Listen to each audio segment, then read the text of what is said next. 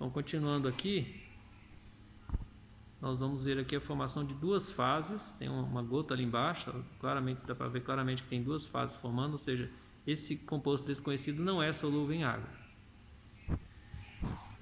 Ele não sendo solúvel em água, então, conforme manda o nosso fluxograma, nós vamos seguir para o fluxograma de número 3.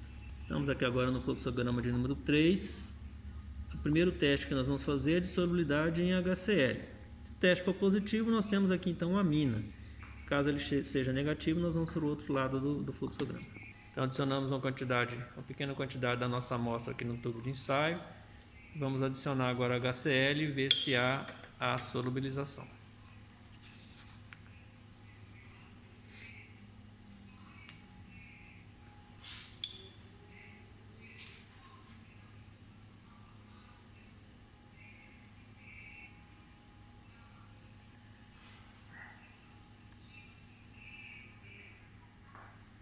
Aqui mais uma vez nós estamos vendo a formação de duas fases immiscíveis. Portanto, essa nossa amostra é insolúvel em HCl. Bom, sendo insolúvel em HCl, significa dizer que essa amostra é ou é um ácido, um éster, um aldeído, uma cetona ou um fenol. Para poder fazer a separação entre esses grupos funcionais, nós vamos testar agora a solubilidade ou reatividade com hidróxido de sódio. Mais uma vez colocamos a pequena quantidade da nossa amostra num outro tubo de ensaio, um tubo de ensaio limpo, e colocamos uma solução de NaOH para testar a solubilidade.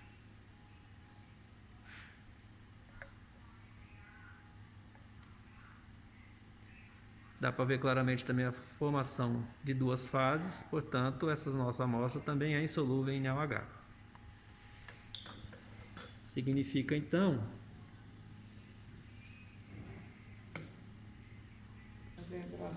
como ela foi insolúvel em NaOH, nós vamos para o lado esquerdo aqui do fluxograma e nós vamos detectar que a nossa amostra se trata de um éster, um aldeído ou uma cetona.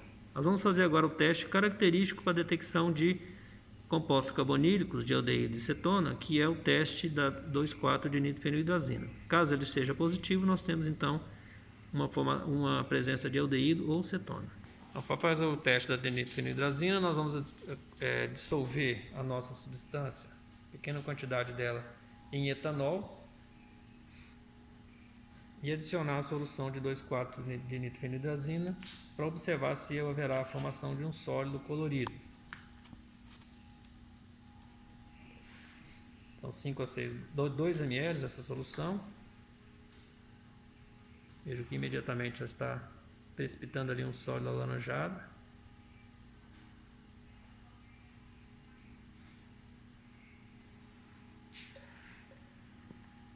Então houve a formação de um sólido alaranjado, bastante intenso, como nós estamos vendo aqui no final. Então significa que a nossa amostra é um aldeído ou uma cetona. Bom, nós já detectamos que a nossa amostra se trata de um aldeído ou uma cetona. Agora nós vamos fazer o teste de Purpaldi para diferenciar entre os dois. O teste de Purpaldi positivo indica aldeído, o negativo indica cetona. Vamos colocar 2 ml da solução de Purpaldi aqui nesse tubo de ensaio. E vamos adicionar 1 ou 2 gotas da nossa amostra e ver se haverá a formação de um precipitado escuro, ou púrpura, ou marrom bem escuro. Agora com agitação. Estamos vendo aí que já está ficando amarelado.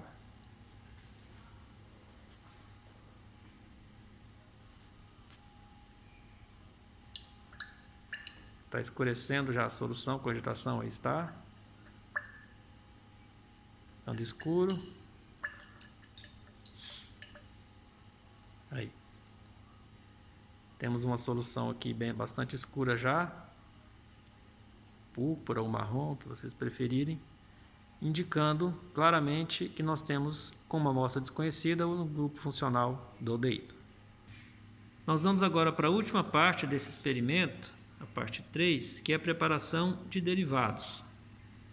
O objetivo é, entre 3 amostras desconhecidas, nós selecionarmos uma delas, que nós não vamos saber de antemão qual é, e fazemos então o derivado, nesse caso vai ser da 2,4 de nitrofenilhidrazina para dar 2,4 de nitrofenilhidrazona.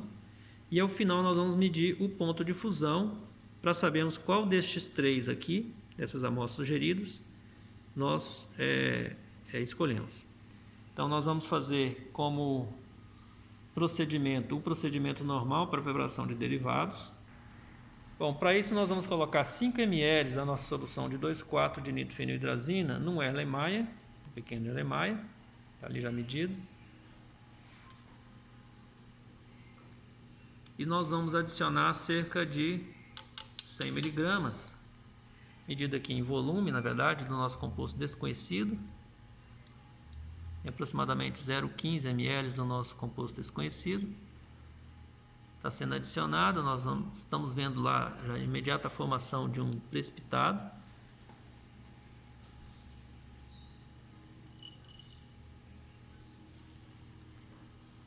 Formou-se um precipitado laranja, bem característico das 2,4 de nitrofenilhidrazonas. Nós vamos agora filtrar a vácuo este sólido que foi formado, secar o sólido e fazer a medida do ponto de fusão. Nós vamos fazer agora a filtração a vácuo, aqui no funil de Büchner, do sólido formado.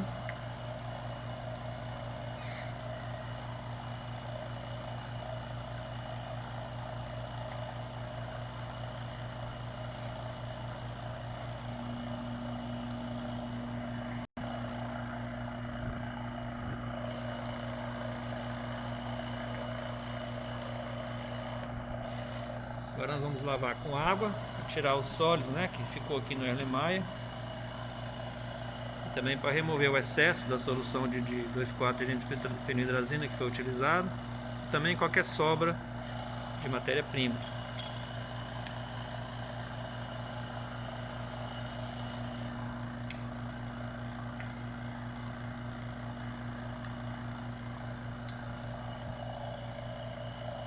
Agora vamos deixar um tempo sob vácuo para facilitar aqui a secagem do nosso sólido.